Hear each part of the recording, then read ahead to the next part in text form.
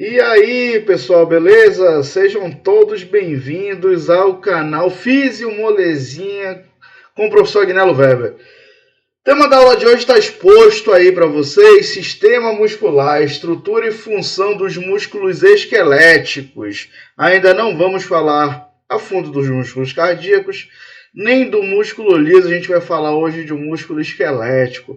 A rapaziada que gosta de treinar aí para ficar grande vai aprender hoje, então, como é que o músculo funciona para deixar você bem hipertrofiado e, claro, para as ações do cotidiano.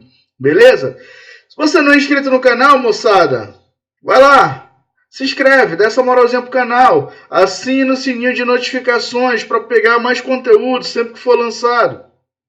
Esta é a minha quinta videoaula, só que tem mais um vídeo salvo, que é a live que eu fiz sobre o emagrecimento, tá? Eu fiz a live no Instagram e salvei ela aqui no canal também para vocês. Beleza, galera? Então faz isso aí.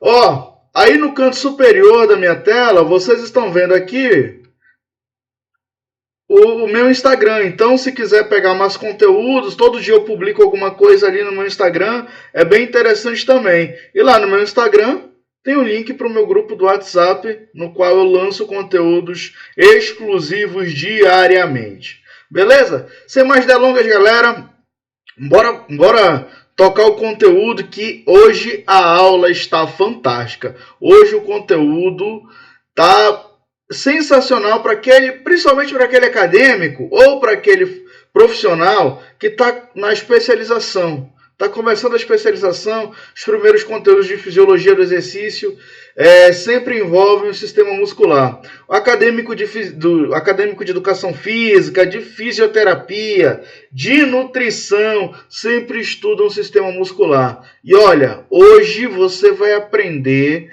como o músculo funciona. Beleza? Vamos para cima.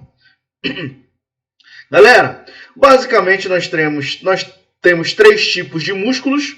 O músculo cardíaco, como vocês podem visualizar aqui, o músculo liso e o músculo estriado esquelético e o músculo liso aqui à direita. Tudo bem? Vamos diferenciar aqui esses três músculos. Beleza, galera? Seguinte, o músculo cardíaco, ele é formado por fibras musculares estriadas, tá? Esse músculo cardíaco, ele apresenta a contração involuntária, e isso é excelente pra gente, tá? E as fibras musculares são multinucleares. Só que assim, não apresentam tantos núcleos quanto a fibra muscular do músculo esquelético, beleza? Por que eu falei que o músculo cardíaco apresenta contração involuntária? Porque é o seguinte, você não controla os seus batimentos cardíacos. Na verdade, existem algumas estratégias para fazer você regular um pouquinho ali a sua frequência cardíaca, mas você não faz, por exemplo, seu coração parar. Tá? Ele sempre vai estar batendo. Se o seu coração parasse quando você não dá um comando para ele bater, sabe o que ia acontecer? Tu ia dormir, ia morrer, meu amigo. Então é o seguinte, a contração involuntária do músculo cardíaco é fundamental para a manutenção da sua vida, para a manutenção da nossa vida. Olha só, toda vez que você está andando na rua, se você é aqui de Manaus, por exemplo, isso acontece muito aqui. Aparecem dois cidadãos de bem numa moto, né? Você tá passando ali pela rua, viu dois caras numa moto, o que acontece? Fica calmo? Não, já fica nervoso. Às vezes nem vem te roubar nem nada, você já sai correndo ali. Por quê? Aí o que acontece? Você corre, né, com medo de ser assaltado, sua frequência cardíaca vai lá para cima. Você controlou? Você pediu para o seu coração bater daquele jeito? Não. Tá bom? E isso acontece por conta do sistema de regulação autônoma que o coração tem, assunto para uma outra aula. Beleza? O músculo liso você também não controla. O músculo liso é encontrado ali na parede dos vasos sanguíneos, na parede de alguns órgãos, tá? Como vocês podem ver aqui, e você não controla a ação desses músculos. O músculo liso, ele recebe esse nome porque ele não possui estrias, diferente do músculo cardíaco e do músculo esquelético, que apresentam estrias. O músculo liso não apresenta estria.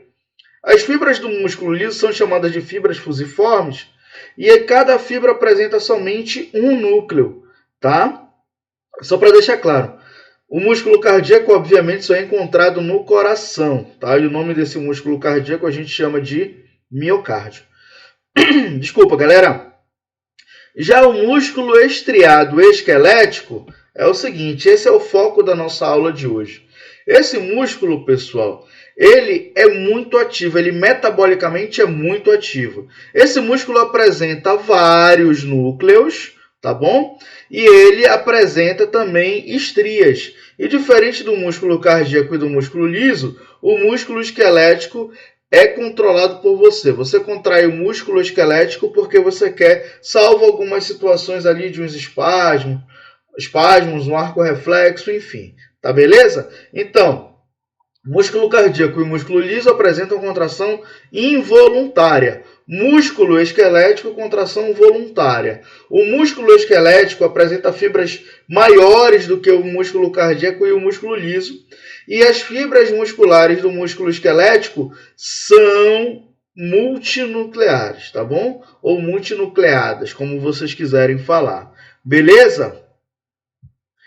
E aí, galera, vamos levar em consideração que esse músculo esquelético, ele é normalmente o músculo mais estudado na educação física e na nutrição, na fisioterapia, enfim, justamente porque a ação muscular é voluntária. Ou seja, por mais que você não passe segundos, minutos pensando na ação muscular que você vai realizar, porque você já automatizou isso, essa ação muscular, ela meio que responde a uma atividade neural. Para você realizar um movimento, você precisa de atividade neural, beleza? E aí, moçada, o que acontece? Para a gente chegar de fato e compreender como o músculo funciona, a gente tem que analisar a estrutura desse músculo. E olha só que interessante, por diversas vezes eu já fui ministrar aula em curso de especialização e eu pergunto das pessoas, por que o músculo esquelético recebe esse nome? E aí, acreditem que tem alunos que ainda não entenderam o motivo do músculo receber esse nome. E aí, aqui está a resposta, galera.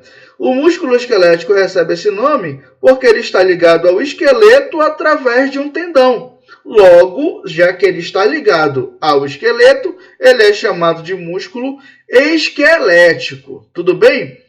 E esse músculo esquelético, ele é obviamente composto por fibras, e essas fibras musculares, pessoal, como vocês podem visualizar aqui em cima, elas são envolvidas por uma espécie de tecido conjuntivo que está acima da membrana. Só para deixar bem claro, também muitas vezes o aluno confunde, achando que o endomísio, por exemplo, que é esse primeiro revestimento aqui que vocês estão visualizando, tem aluno que confunde achando que o endomísio é a membrana da fibra muscular. Não é. A membrana da fibra muscular a gente conhece como sarcolema.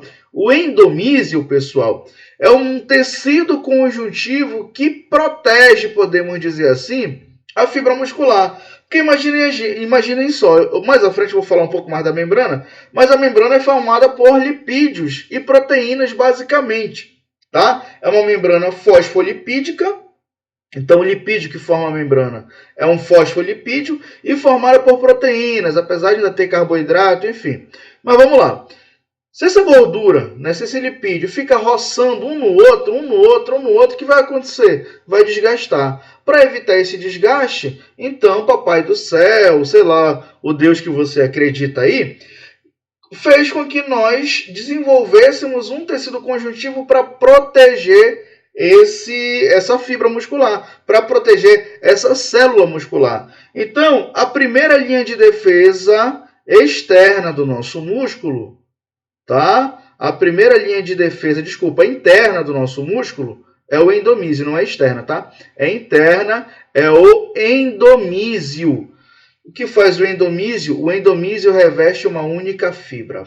Professor, já tentei entender isso diversas vezes, nunca consegui compreender. Seguinte, meu amigo, tu tens uma caneta, certo? Tira a capa daquela caneta. não vai ficar somente um espacinho com tinta e a carga, tu tira a estrutura de plástico da caneta. Não vai ficar somente a tinta e a capa, a tinta e o plástico, desculpa. O que vai acontecer? Se tu tiras aquele plástico, o que vai acontecer com a tinta? Não vai derramar? Galera sabe que quando era moleque, usava a caneta sem essa capa e botava na calça. O que acontecia? A caneta estourava, ficava aquela marca de tinta na calça, não é? Então, essa proteçãozinha de plástico representa ali o endomísio que está revestindo, então, cada fibra muscular. Beleza? Só que é o seguinte, nós temos diversas fibras musculares. E aí, imaginem vocês que o nosso organismo precisa organizar essas fibras musculares. E para ele organizar essas fibras musculares, ele faz o quê? Ele pega diversas fibras musculares que já estão envolvidas, cada uma por um endomísio, e agora reveste essas fibras, ou esse feixe de fibras musculares, com outro tecido conjuntivo chamado de perimísio. O perimísio, portanto, galera, vai revestir um feixe de fibras musculares. Esse feixe também é chamado de fascículo, tá bom? Então, o perimísio reveste um feixe ou um fascículo de fibras musculares. Ele vai fazer o papel que a liga faz, por exemplo, quando você tem várias canetas. Você tem um monte de canetas ali, as mulheres, principalmente as meninas, vão entender isso melhor. O que faz? Pega ali aquela liga e enrola para separar, por exemplo, as canetas por cores. Tudo bem? Beleza. Agora, o músculo também não tem só um fascículo. O músculo tem diversos fascículos. E esses fascículos, ou esses feixes, são revestidos por um epimísio. Quem é o epimísio ainda na analogia da caneta? É o estojo, tá? Pega o estojo e coloca aquele monte de fascículos. Pega o estojo, coloca aquele monte de canetas unidas. Beleza? Então, só recapitulando, o endomísio reveste uma única fibra muscular, o perimísio reveste um feixe ou fascículo e o epimísio reveste o músculo como um todo. Beleza? Nunca mais você vai esquecer disso. O que é o endomísio? É a partezinha de plástico de uma caneta. O que é o perimísio? Tá? É aquela liga que envolve um monte de canetas. O que é o epimísio? O epimísio, então, é aquele monte de canetas unidas dentro do estojo. O epimísio representa o estojo. Tudo bem? Vamos seguindo, moçada. E olha só que maravilha, a estrutura da fibra muscular. Só para deixar claro, neste slide aqui eu coloquei a referência que é o Morikoshi. Aqui eu acabei esquecendo de colocar a referência, mas essa imagem é do Macardo. Então, galera, vamos lá. Estrutura das fibras musculares. Olha que imagem maravilhosa que o Macardo apresenta para a gente.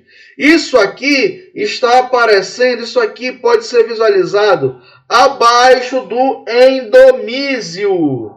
Isso aqui é interno ao endomísio. Galera, é o seguinte, essa capa aqui mais externa que vocês estão vendo em marrom, onde está passando o cursor, é o sarcolema. Que parada é essa? O que é sarcolema? Sarcolema é a membrana da fibra muscular. Não é membrana citoplasmática? Para o músculo a gente chama de sarcolema. Por quê? Porque sim, meu amigo. É sarcolema e pronto, aprende isso. A membrana da fibra muscular é chamada de sarcolema, porque ela está envolvendo... Tá? Ela está envolvendo o sarcoplasma. No músculo, o citoplasma é chamado de sarcoplasma. Por isso a membrana é chamada de sarcolema. Beleza? Galera, vocês estão vendo que o sarcolema tem uma barriguinha aqui, certo? O que isso aqui está representando? Isso aqui, galera, é o núcleo da fibra muscular. Então, a gente tem que aprender o seguinte. A fibra muscular... ela possui núcleos na sua periferia, o que é um paradoxo, porque o núcleo normalmente é na região central. Mas na fibra muscular, por uma questão geográfica mesmo, para não atrapalhar contrações, a natureza fez com que os nossos núcleos migrassem para cá, para a membrana, para próximo da membrana. Tudo bem? E olha só que interessante. Assistiram minha videoaula sobre células satélites? Não assistiu, tem que voltar lá para assistir, viu? Aqui, próximo dessa região onde estão os núcleos, também ficam as células satélites. Beleza? Olha só aqui, então, galera, essa partezinha que parece uma rede de encanamentos. Vamos lá, vamos aprender o que é isso aqui e essa paradinha também que parece o Pac-Man. Isso aqui que vocês estão vendo, que parece um encanamento, galera, é o retículo sarcoplasmático. Ai, meu Deus do céu! Eu aprendi em biologia que tem o retículo endoplasmático. Pois é, aquilo ali aparece aquela estrutura que aparece ali como retículo endoplasmático liso, retículo endoplasmático rugoso, não está aparecendo aqui nesta imagem, tá bom? Aquilo ali próximo ao núcleo, tá? No retículo endoplasmático rugoso, por exemplo, encontram-se os ribossomos, locais nos quais acontece síntese de proteína, e no retículo endoplasmático liso acontece síntese de lipídio, tá bom? Aqui a gente não está falando deles, aqui a gente está falando do retículo sarcoplasmático. Olha só aqui, ó, retículo sarcoplasmático, olha para onde ele está indicando. Então é essa partezinha em azul. O que tem nesse retículo sarcoplasmático? Tem cálcio. Ah, o cálcio, aquele que é liberado e pode ativar a via da calcioneurina ninfate, ele mesmo. Lembra lá da segunda videoaula? Não, volta lá e assiste depois. Tá, já está aqui nessa? Continua assistindo essa, mas depois volta lá na segunda videoaula que eu falei sobre hipertrofia muscular e uma via metabólica bem interessante. Então vamos lá. Retículo sarcoplasmático. O cálcio está armazenado aqui dentro desse retículo. Beleza? A terminação, pessoal, a extremidade lateral, as extremidades laterais do retículo sarcoplasmático, a gente conhece como cisterna. Cisterna terminal. Beleza? E aqui, entre cada retículo sarcoplasmático, pessoal, a gente encontra uma estrutura conhecida como túbulo T, tá? Ou túbulo transverso. Olha aqui, ó. Tá aqui o túbulo transverso. O túbulo transverso é essa estrutura aqui, pela qual o cursor está passando. Pessoal, então, nós temos aqui o que a gente conhece como tríade. Por que tríade? Porque nós temos o retículo sarcoplasmático, nós temos as cisternas terminais e nós temos o túbulo T. O que acontece com isso aqui tudo, galera? O retículo sarcoplasmático libera cálcio. Quando há necessidade de uma contração muscular acontecer, o cálcio, então, sai do retículo sarcoplasmático, tá? E através das cisternas ele é liberado para o sarcoplasma para que a contração muscular aconteça. E o túbulo T, qual é o papel dele? Pelo túbulo T, pessoal, passam os impulsos elétricos necessários para que haja estimulação para a contração muscular. Tudo bem? Então, o impulso elétrico que passa pelo túbulo T excita a cisterna que manda informação para o retículo sarcoplasmático e através dele, então, o cálcio sai pela mesma cisterna e vai para o sarcoplasma. Aqui nós estamos vendo também, galera, as mitocôndrias. Ah, eu aprendi já isso aí numa aula lá no cursinho, que a mitocôndria é a usina de energia do músculo. De fato, a mitocôndria é uma organela celular, tá? Que tem como função principal produzir energia. Só para deixar claro, galera, existe uma teoria chamada de teoria endossimbiótica que fala o seguinte: as mitocôndrias eram bactérias em algum momento que entraram e se hospedaram, tá? Em um outro organismo. Esse outro organismo produzia uma quantidade de energia baixa E as mitocôndrias produziam muita energia. Logo, esse hospedeiro assimilou essas mitocôndrias e quando ele sofreu divisão, quando ele se multiplicou, ele levou consigo as mitocôndrias. As mitocôndrias têm um DNA próprio e só para a gente deixar bem claro, as mitocôndrias elas são... o DNA mitocondrial ele só é passado através da mãe, tudo bem? Então, homens e mulheres, obviamente, possuem mitocôndrias, mas só a mãe transmite mitocôndrias. Grande parte das doenças, por exemplo, envolvendo DNA mitocondrial, tá, são doenças causadas pelo alelo X, tá? Só para deixar bem claro isso aí.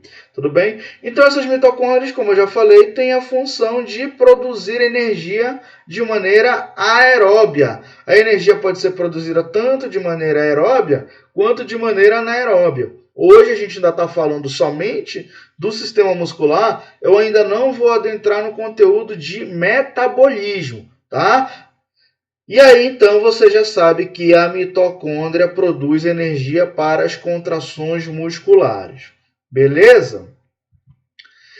Daí eu faço uma pergunta. Por que existem estrias no músculo? Por que ele recebe esse nome de músculo estriado?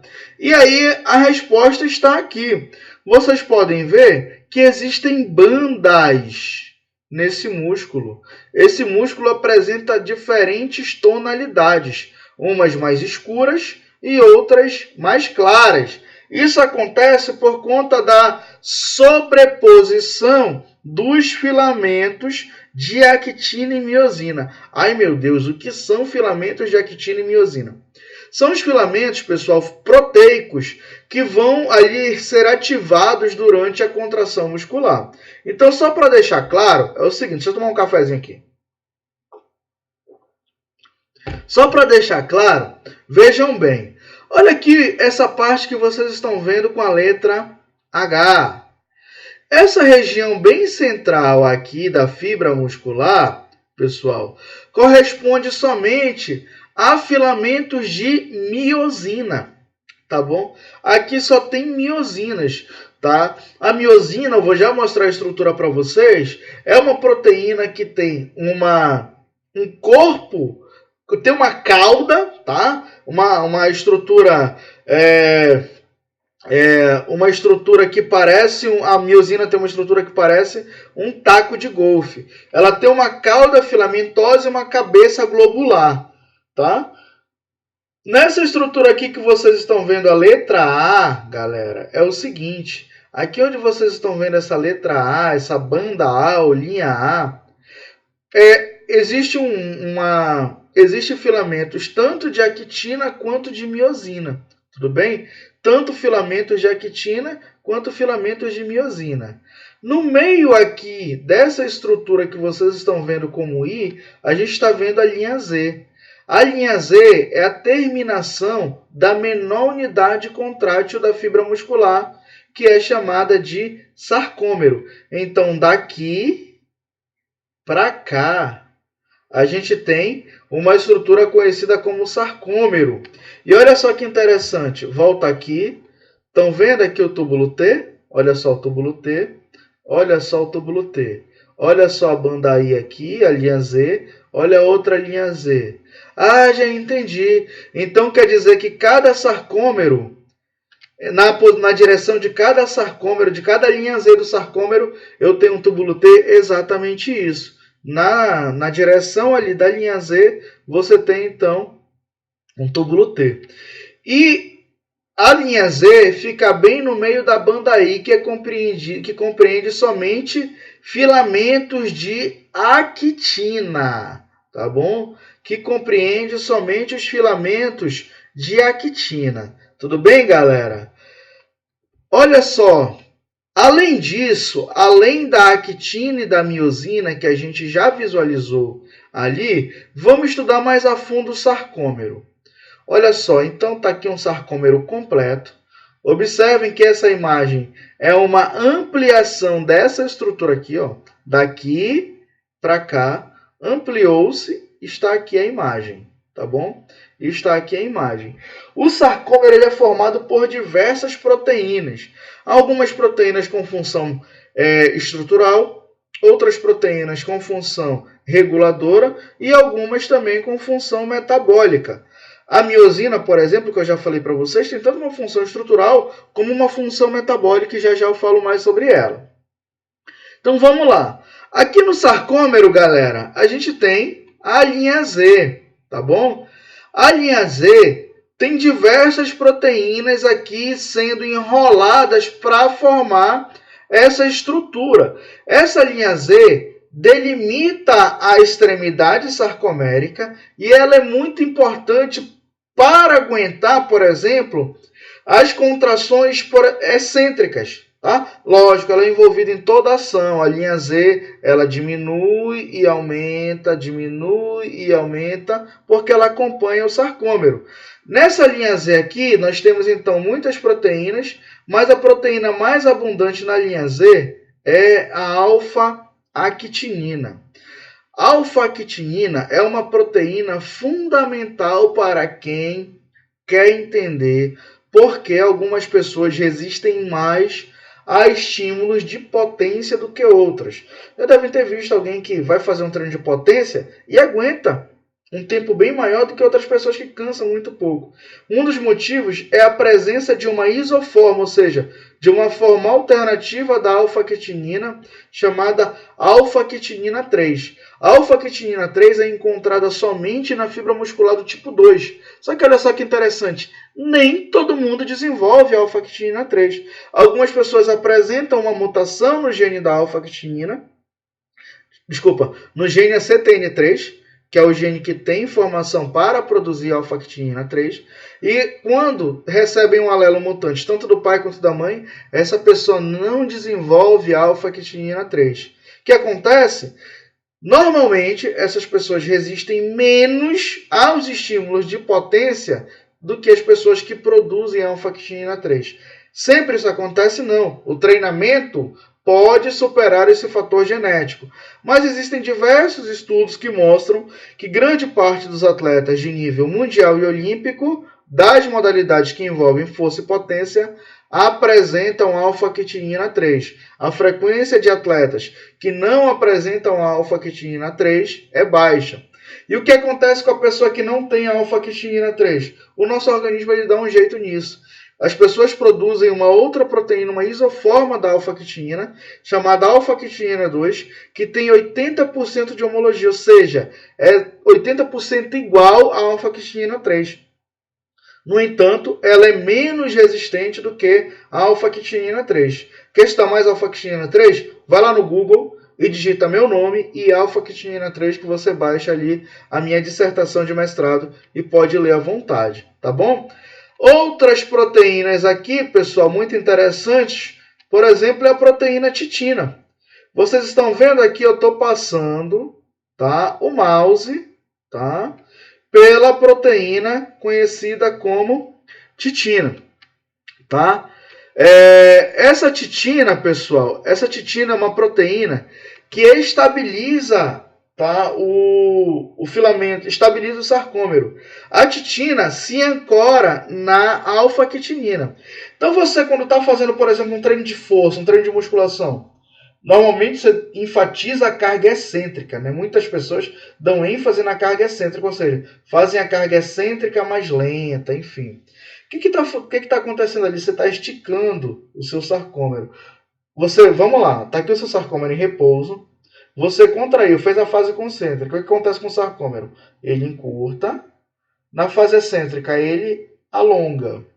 Só que na fase excêntrica, você não precisa gastar tanta energia como você gasta na fase concêntrica. Por quê?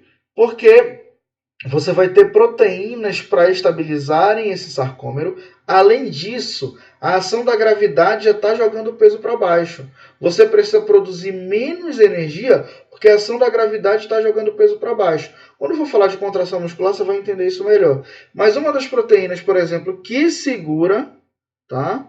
Que segura esse sarcômero e não é responsável por não deixar ele se degradar logo de uma vez, é a proteína titina. Tudo bem? Então aqui nós estamos vendo também o filamento fino. Filamento fino é formado basicamente por 3 proteínas: actina, troponina e tropomiosina. Aqui nós estamos vendo o filamento grosso, tá? O filamento grosso formado pela miosina, tá? E mais abaixo a gente está vendo uma outra proteína bem fininha, conhecida como nebulina, que vai ajudar a delimitar ali mais ou menos o posicionamento da actina dentro do sarcômero. Beleza? Então, só para deixar claro, o que é a linha Z é a conexão entre dois sarcômeros da mesma fibra muscular. Tudo bem? Então, vamos detalhar mais os filamentos. Olha aqui o filamento fino. O filamento fino é formado por 3 proteínas e a mais abundante, galera, é a actina.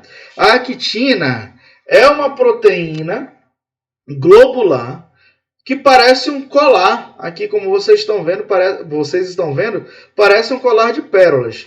Então, nós temos aqui a proteína, a actina, como a proteína mais abundante do filamento fino. Vocês estão vendo também que nós temos uma outra proteína globular aqui em cima, chamada de troponina, e uma outra proteína filamentosa chamada de tropomiosina. Está aqui o nome dela, tropomiosina. Troponina e tropomiosina formam um complexo conhecido como complexo troponina-tropomiosina. A criatividade dos pesquisadores para bolar nome para essas proteínas, para esses complexos, é um negócio fantástico, tá? Então, o complexo troponina-tropomiosina é formado por 2 proteínas, uma globular e uma filamentosa. A globular é a troponina e a filamentosa é a tropomiosina. E essas proteínas regulam, tá? Alguns sítios chamados de sítios de ligação ou sítios ativos de actina, tá bom? Porque elas regulam esses sítios? É o seguinte, aqui nas actinas existem pontos específicos que essas outras moléculas aqui, essas outras proteínas, conhecidas como miosinas, vão se ligar para puxar essas actinas durante a contração. No entanto, as miosinas não se ligam em qualquer canto. Elas se ligam nos sítios ativos de actina, só que alguns sítios estão bloqueados pela troponina e pela tropomiosina. Então, para que a contração aconteça, é preciso que chegue cálcio aqui na troponina e essa troponina, então, seja ativada, gire e leve consigo a tropomiosina. Mais detalhes um pouquinho mais à frente. E vocês podem observar que as miosinas apresentam aqui diversas proteínas. Tem uma cadeia polipeptídica aqui. O que é isso? Uma cadeia de proteínas. Essa imagem bonitinha que a gente está vendo aqui é uma forma de ilustrar, tá? Como é a cabeça da miosina. Como eu falei para vocês, ela parece um bastão de golfe. Cada proteína, cada estrutura dessa filamentosa seria, na verdade, falei bastão de golfe, né? Taco de golfe. Logo você vê que eu nunca joguei essa porra na vida. Então aqui vocês estão vendo o cabo do taco e aqui a cabecinha do taco, lá, a ponta do taco de golfe. Beleza? Essa parte aqui da miosina, essa cabeça da miosina, também apresenta uma função catalítica, ou seja, uma função enzimática. O que fazem as enzimas? As enzimas catalisam reações. O que é isso? Elas aceleram a velocidade das reações. Portanto, a cabeça da miosina tem uma função catalítica e ela quebra o ATP. A cabeça da miosina possui uma enzima chamada miosina ATPase. O que faz uma enzima quando ela recebe o nome de ATPase? Ela quebra o ATP. E ela recebe esse nome de miosina ATPase, obviamente porque ela está na cabeça da miosina, tá? Vamos lá, aprendam isso aqui, galera. A maioria das enzimas recebem a sua denominação, denominadas, ou recebem a sua nomenclatura de acordo com o substrato sobre o qual elas estão atuando e a estrutura ou a posição delas, o local em que elas estão. Então, por exemplo, e a reação que elas catalisam. Então, por exemplo, miosina ATPase, qual é o substrato da miosina ATPase? Ou seja, em que molécula essa estrutura atua, essa enzima atua? A molécula que ela atua é o ATP. Por que esse nome? Miosina ATPase. ATPase é a enzima que quebra o ATP. E ela quebra o ATP em que local? na cabeça da miosina. Ficou fácil agora de a gente entender porque ela recebe o nome de miosina ATPase. Tudo bem? E a gente avança e chega no conteúdo chave da videoaula de hoje. A videoaula está com 35 minutos até agora e a gente vai ter mais um tempinho para falar sobre esse mecanismo da contração muscular. Beleza? Então, galera, concentra que agora vem uma parte fantástica. Vamos lá. Mecanismo da contração muscular, teoria do filamento deslizante. O que isso quer dizer? Que cada filamento pode deslizar um sobre o outro para que o músculo, então, contraia. Observem essa imagem aqui do Yomori-Koshio. No início do vídeo, eu falei para vocês que para o músculo esquelético contrair, é preciso que haja um estímulo nervoso. Lembra disso? Ah, esqueci. Volta lá no início depois para visualizar isso aí de novo. Então, é o seguinte, o estímulo nervoso ele vem de onde? Claro que é do nervo, claro que é do neurônio. E existem neurônios, então, que vão inervar os músculos esqueléticos. E esses neurônios recebem o nome de neurônio motor, como vocês podem visualizar aqui. O neurônio motor é um tipo de neurônio que parte da medula para inervar os músculos esqueléticos. Então, nesses neurônios motores, nós temos ali os axônios e os terminais axônicos. Nesses terminais axônicos, vocês podem visualizar que nós temos mitocôndrias e que nós temos também umas bolinhas aqui. Essas bolinhas nós chamamos de vesículas sinápticas. Vesículas sinápticas nada mais são do que bolsas que carregam informação. Que informação é essa, pessoal? Essa é a informação que vai estimular a fibra muscular para contrair-se. Essa informação a gente chama de neurotransmissor. Vamos lá. Neurotransmissor. Professor, o que faz o neurotransmissor? Seguinte, galera. O neurotransmissor despeja nesse espaço conhecido como fenda sináptica, que é o espaço entre o neurônio motor e o sarcolema, substâncias químicas, mensageiros químicos, conhecidos como acetilcolina, tá bom? Despejam ali, então, a acetilcolina. Na imagem são essas bolinhas aqui. O que acontece? A acetilcolina se liga a receptores, tá bom? E ao se ligar a esses receptores, estimula a abertura de canal de sódio, e aí o sódio começa a entrar na fibra muscular, o potássio começa a sair e a membrana fica despolarizada. Ai, meu Deus, eu não estou conseguindo acompanhar. O seguinte, galera, as nossas membranas, elas são polarizadas. Costuma-se dizer o seguinte, que fora da membrana há uma carga positiva, dentro há uma carga negativa. Logo, nós temos dois polos. Se nós temos dois polos, um positivo e um negativo, essa membrana está polarizada. Beleza? É o seguinte, conforme vai entrando muito sódio na fibra muscular, a carga vai ficando positiva fora e positiva dentro. Se os dois polos estão iguais, né, se os dois ambientes estão iguais, essa membrana não está mais polarizada. Ela foi, portanto, despolarizada. Ok? Essa despolarização, quando atinge ali em torno de 15 a 20 milivolts, faz com que seja disparado um potencial de membrana aqui, um potencial de ação. E essa fibra muscular, então, fique excitada. Esse envio dessa mensagem nervosa pode chegar ao túbulo T, que é uma invaginação da membrana. Eu mostrei o túbulo T anteriormente. O túbulo T é uma espécie de invaginação da membrana. Essa parte aqui que vocês estão vendo superior é a membrana. Aqui está o túbulo T.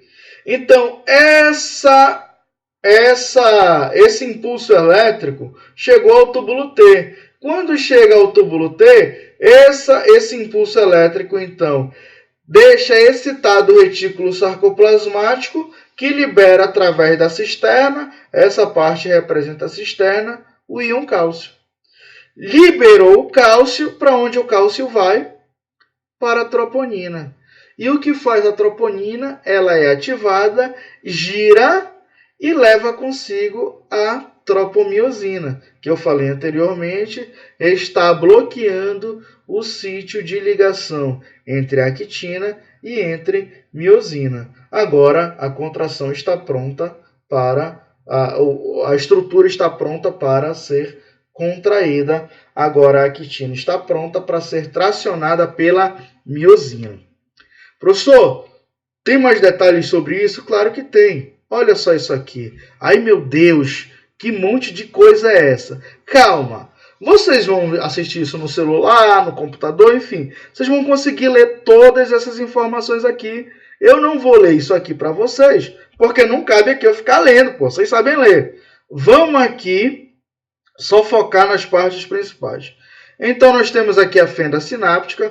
Olha o neurônio motor, que vai despejar, então, a acetilcolina. Despejou a acetilcolina. A acetilcolina se liga a um receptor. Olha aqui, ó. Ela se ligou ao receptor. Quando se ligou ao receptor, olha o que aconteceu. Disparou o potencial de ação na membrana. E esse potencial de ação na membrana, ele vai percorrer todo o sarcolema até achar um túbulo T. Achou o túbulo T, olha o potencial sendo passado por aqui.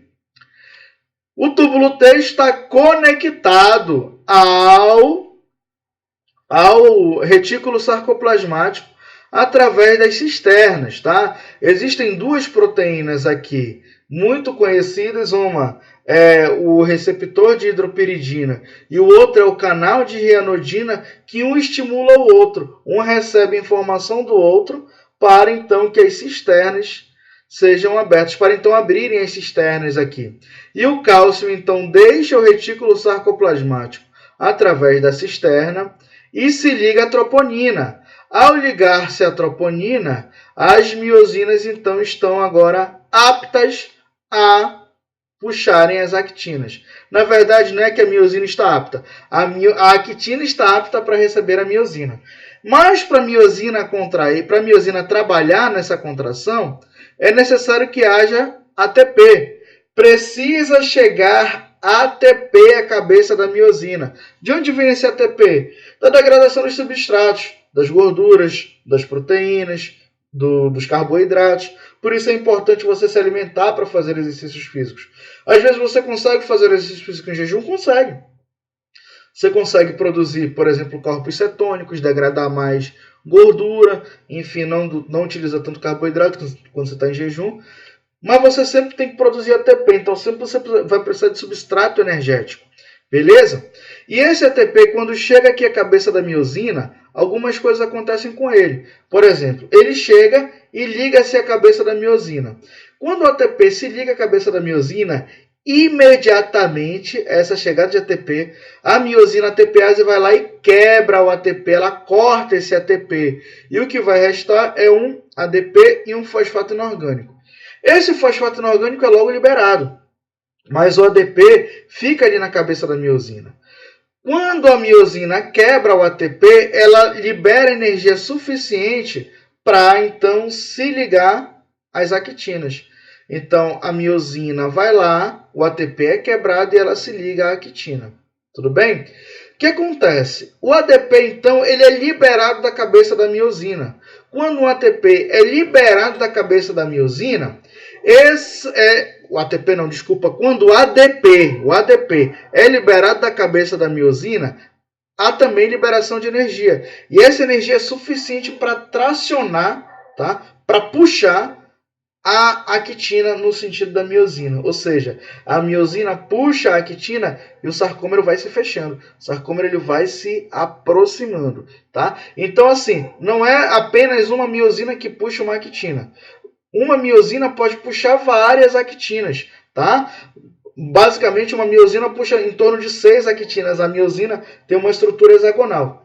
Então elas vão puxando, até que os sarcômeros se fecham. E aí você encerra uma contração concêntrica. Imagina aqui, pessoal, que você vai fazer, eu vou mostrar aqui pelo vídeo, pela imagem aqui, a contração dos meus dedos. Ó, estou fazendo isso aqui, flexão dos dedos, encerrou. Encerrou por quê? Porque não dá mais para eu contrair, não tem mais como. A estrutura aqui já era. Você faz ali uma flexão do cotovelo, você contrai o bíceps, chega um momento que você não consegue mais contrair. Por quê? Porque os sarcômeros todos se fecharam, além, obviamente, da estrutura biomecânica das articulações. Tudo bem? Só que é o seguinte, galera, o que acontece? A troponina, a miosina, tracionou as actinas e os sarcômeros fecharam. O que acontece?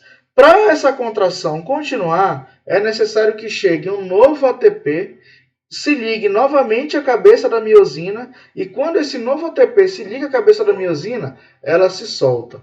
Se não chegar ATP, galera, das duas uma, ou vai haver maior degradação de filamentos proteicos por conta da ação da gravidade, ou de uma força externa, né, de uma atividade externa ali, de uma tensão externa, ou o músculo vai ficar em rigor. Esse rigor é conhecido como rigor mortis. Já observaram que pessoas, quando vêm a óbito, então elas ficam rígidas, elas apresentam rigidez cadavérica. O que significa aquilo? Que as miosinas estão fortemente presas às actinas. Não tem energia mais para o músculo movimentar. Então, para que a contração continue a acontecer, na fase concêntrica, é preciso que haja, então, ATP. Esse ATP é quebrado, a miosina se liga ao filamento de actina, traciona esse filamento, e aí, para a contração continuar, é preciso que chegue um novo ATP para essa miosina se soltar e pegar uma outra parte da actina. Imaginem que isso é como um cabo de guerra. Ó, veio miosina e está puxando as actinas. Está puxando as actinas, está puxando essas actinas. Tudo bem? Só para deixar mais claro, vamos observar essa ilustração aqui. Olha aqui, pessoal, essas bolinhas em cor de rosa. Essas bolinhas em cor de rosa representam o cálcio. O cálcio se ligou à troponina, olha só o que vai acontecer. Ela é ativada e gira. Ao girar, libera o sítio ativo.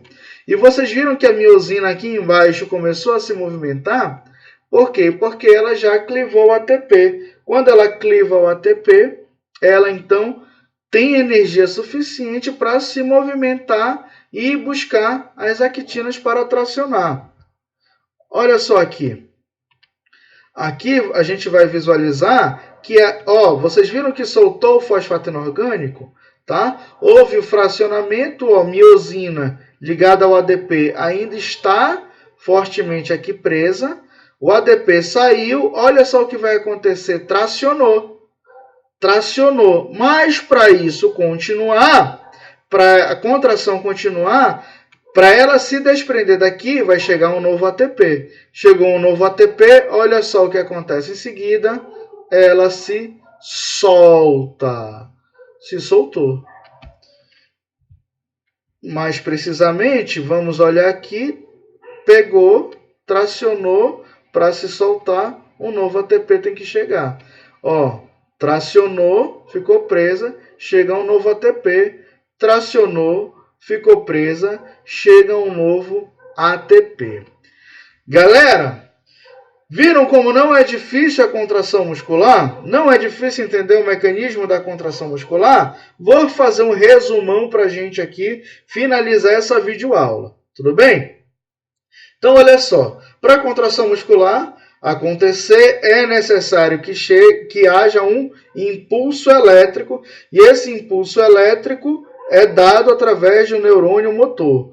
O neurônio motor despeja acetilcolina na fenda sináptica, e essa acetilcolina liga-se, portanto, a um receptor de membrana. Esse receptor de acetilcolina é estimulado, e aí acontece, então, a propagação de um potencial de ação na membrana da fibra muscular.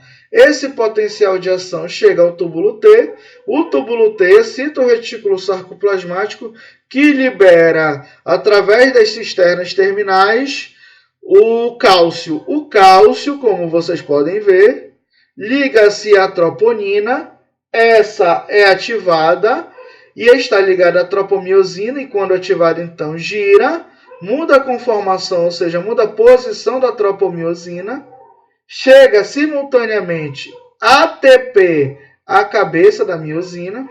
Esse ATP é clivado e a liberação de energia proveniente da clivagem desse ATP faz com que a miosina prenda-se e tracione as actinas. E a miosina fica fortemente ligada às actinas até que chegue um novo ATP. Quando chega um novo ATP, ela se desprende. Beleza, galera? Não é difícil, moçada. Não é difícil. Infelizmente, muitos profissionais da área da saúde não conseguem explicar esse mecanismo. Mas agora você já tem essa videoaula completa para poder explicar isso para os seus clientes, para os seus pacientes, para os seus alunos. Galera, gostou da videoaula? Gostou? Dá um joinha aí. Deixa o teu comentário aqui embaixo. Bora dar uma moralzinha aí pro canal, beleza? Olha só, próxima videoaula eu vou falar para vocês a respeito das diferentes características das fibras musculares. Tá? A gente vai falar de fibra do tipo 1, fibra do tipo 2, não existe fibra do tipo 4, tá bom? Vai falar sobre fibra do tipo 2A, fibra do tipo 2X, enfim. A gente vai falar sobre o metabolismo dessas fibras musculares, de onde vem a energia para a contração, tudo isso. Beleza, galera? Então, ó, espero contribuir com a formação, tanto inicial quanto a formação continuada de vocês. Se gostou, deixa o joinha aí, deixa o seu like aí embaixo. Compartilha esse vídeo, chama mais gente para assistir contigo. Tenho certeza que isso vai te ajudar bastante. Ó, não sei em que época você está vendo isso, mas semana de prova estiver começando, assiste isso aí. Se você é aluno de Fisiologia do Exercício, assiste isso, porque mecanismo da contração muscular não cai em prova, ele despenca, beleza? E aí eu usei essa expressão do professor Jubilu, tá bom? Não vou dizer que eu estou plagiando, não, estou citando.